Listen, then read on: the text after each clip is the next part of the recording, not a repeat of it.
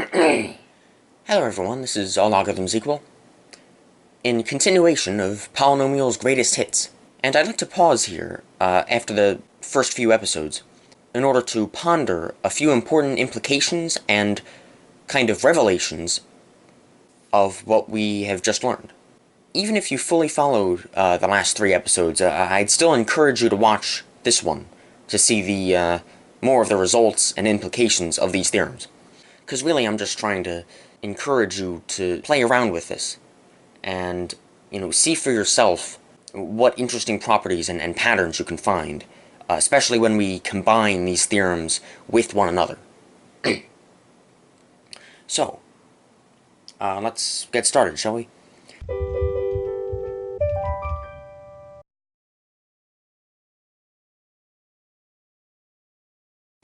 So as usual, and this will be the case for most of the episodes in this playlist, in fact, we will consider the general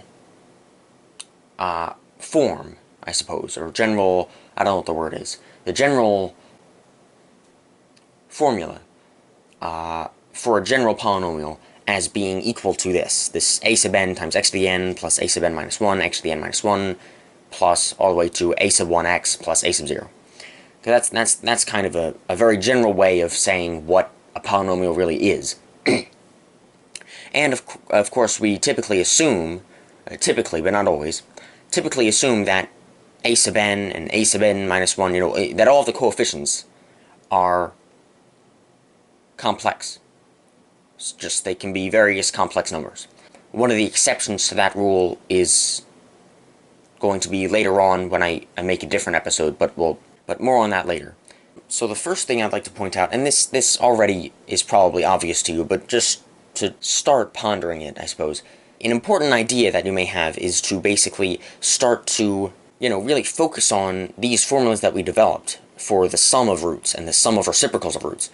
And I think from this perspective, I'm actually going to start from the bottom up, in the sense that first we'll actually consider a sub 0, then we'll consider a sub 1, and then we'll consider these two variables. So, first, in perhaps a very basic case, if a sub 0 equals 0, that means the constant here must equal 0. And in that case, I'm sure it's probably already obvious to you, 0 must be a root of the polynomial. Meaning that if we were to graph the polynomial, we know it would, in other words, have to intersect the x-axis where it intersects the y-axis, because when we substitute 0 into the equation, into the polynomial, as an input, so whenever x equals 0, the entire polynomial must also equal 0. So it intersects the origin. That's another way of visualizing it. Or another way of thinking about it is simply that we can factor out an x. So we can actually just factor out from every term of the polynomial a power of x, assuming that a sub 0 does in fact equal 0. So that's just a relatively straightforward case that I wanted to address just to start with. Because if a sub 0 does equal 0, then we obviously have a root at 0, and we can factor that out. We can factor out at least one power of x, and then get more information about the rest of the roots from what is, the resultant quantity after we factor out the x. And, that might also explain why, if we take such a polynomial where a sub 0 does equal 0, and try to use this formula, taking the sum of all reciprocals of roots as negative a sub 1 over a sub 0, as is pretty clear, we would be dividing by 0 in that case, which, don't get me wrong, in some frameworks and in some contexts we can divide by 0, but this is unfortunately not exactly one of them. At least not when we're talking about ordinary or classical algebra. It's explained why we can't take the sum of all the reciprocals of roots, because one of those roots equals 0, right? So it all just comes back to the idea that one of the terms in this sum, and I almost want to use the word sum in quotes there, because we're trying to take the sum, but one of those terms is actually, it's literally 1 over 0. So that's why we're getting some nonsensical answer after that, because it can't do that. So anyways, the next thing to consider is, what if a sub 1 were to equal 0? We can assume a sub 0 is no longer 0, but let's assume a sub 1 is equal to 0. Then this term, the term of x, kind of disappears, so to speak. It has coefficient 0. And we know, by substituting into this formula, that the sum of all the reciprocals of roots equals 0, just by using this formula. So that's another interesting case that I would encourage you to ponder. And now, moving upwards, so to speak, toward this first fact that I list here, having a sub n equals 0 doesn't really make much sense, as I think will be clear to you, because it's simply, we already defined the polynomial as having degree n, so it really wouldn't make much sense to have the first coefficient be 0, because then of course it would disappear and we would get n minus 1 for the degree. So again, it doesn't really make much sense. And similarly, this is also reflected in the formula. It's again, the formulas are rather consistent, because it wouldn't make much sense to have a sub 0 equal, or a sub n equal 0 for a given polynomial. And similarly, it's reflected in the formula because we divide by 0.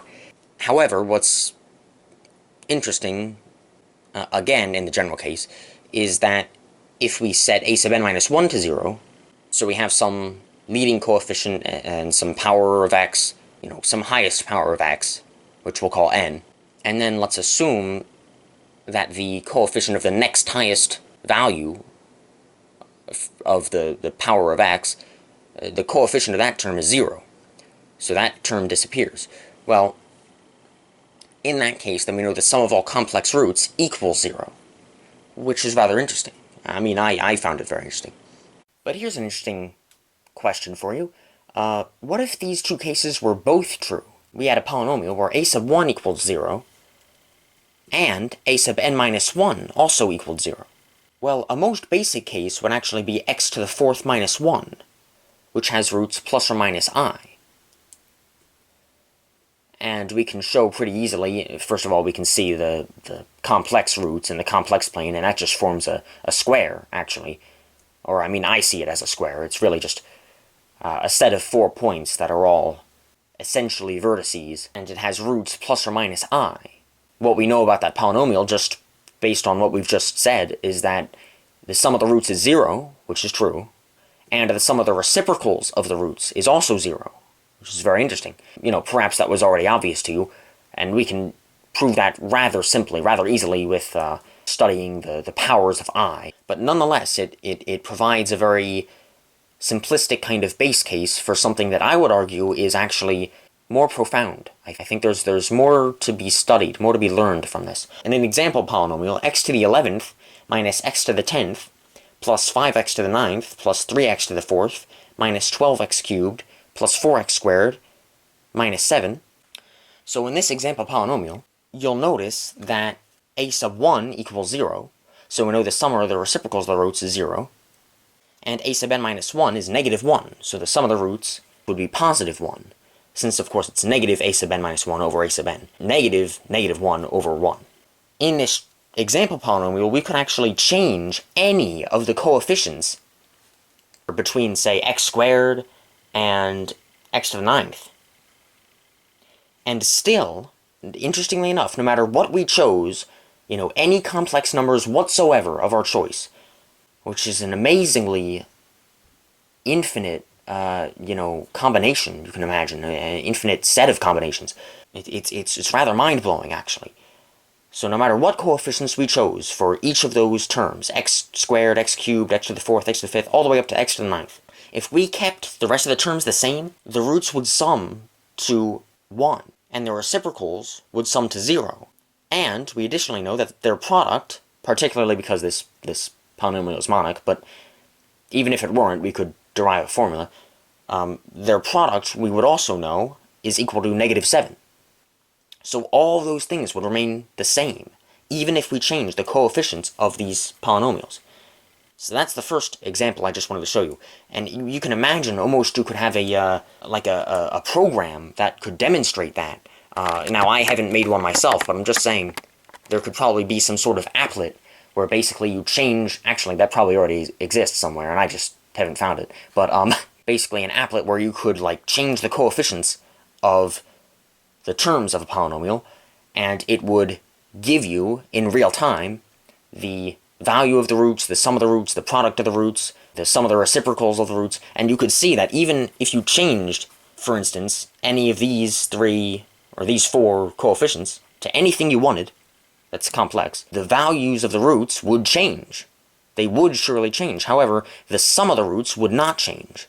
And neither would the product, and neither would the sum of the reciprocals. So that's the whole idea I'm trying to show you.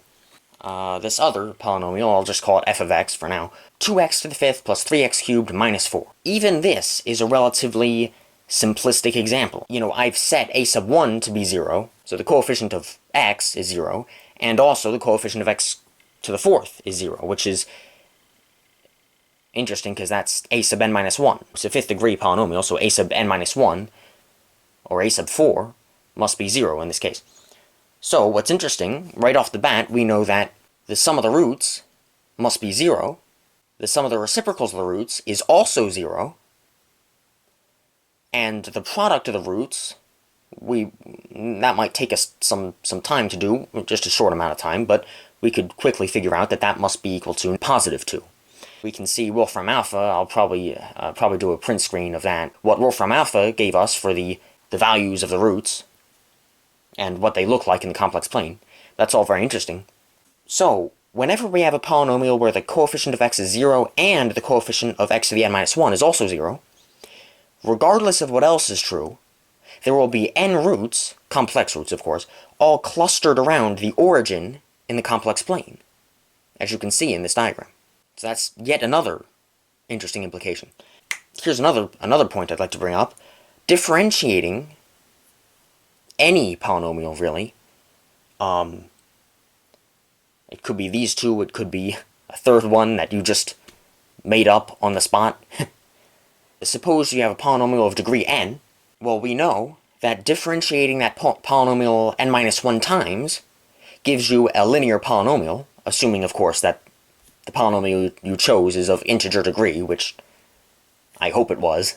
Differentiating that n minus 1 times will give you a linear polynomial, and therefore that has one complex root, which is, interestingly enough, the average root of the entire family of such polynomials. And I say family because, really, the only thing that determines, the only formula that uniquely determines the average of all the roots, it's based on this fact right here, that the sum of all the complex roots equals negative a sub n minus 1 over a sub n. If we were to stay, if we were to consider one of these two polynomials that I listed as examples, and change all the coefficients that come after, x to the 10th, for instance, change all these coefficients, interestingly enough, the sum, and by extension the average of all n complex roots, would not change at all. Other things would change, the values of the roots would change, the magnitudes, their product might change, the sum of the reciprocals might change, other things might change, but the average would not. And the same can be said for this one as well. Now, this is actually an even more interesting, well, arguably more interesting example, because I chose a sub n minus 1 to equal 0. So we know the average of the roots is 0. So we can change the coefficient of x cubed, x squared, x, and the constant, and the sum would not change. And of course, by extension, the average would not change either. Which is, of course, I just wanted to, make that explicit. And that leads me to what I was getting back to earlier. I said differentiating it n minus 1 times would give you a linear polynomial, a degree 1 polynomial, of course. And that gives you one root, which is the average of all the complex roots of your original starting polynomial. So I'd also like to point out that integrating a polynomial, any polynomial whatsoever that you can think of, gives you a different family of functions, as I'm sure many of you are familiar with, having taken a calculus introductory class. Whenever we take an indefinite integral, we get a plus c at the end. So basically, we end up with an infinite You can almost think of it as an infinite set of polynomials. It's a family of polynomials that have a very similar shape, but different values for the constant. As I was saying, integrating gives you a different family of functions, all of which have different roots, of course, because, you know, they're just different polynomials, so they must have different actual values of roots. Specifically, I'd like to point out they have different values for the product of all the roots, because of this plus c difference. So that's, you know, that's just connecting, sort of, what I was describing earlier. However, the average root remains the same for all of these different functions that are in this family of functions that constitute the result of integration. The average root of all those different functions remains the same, even though the actual values of the roots do change. The actual value of the average of all those roots is the same average root of the original polynomial, or any of its derivatives. So again, perhaps that was already clear to you, but I want to get you thinking about this, that we can either differentiate or integrate, and the average is invariant. It stays the same. It's very fascinating, you know. And if any of you have your own conclusions that you'd like to share, please do so. I think if you're at all interested, then you'll be able to come across even more facts that I may not have noticed yet, or maybe I forgot to mention. So thank you all for watching, and I'll see you next time.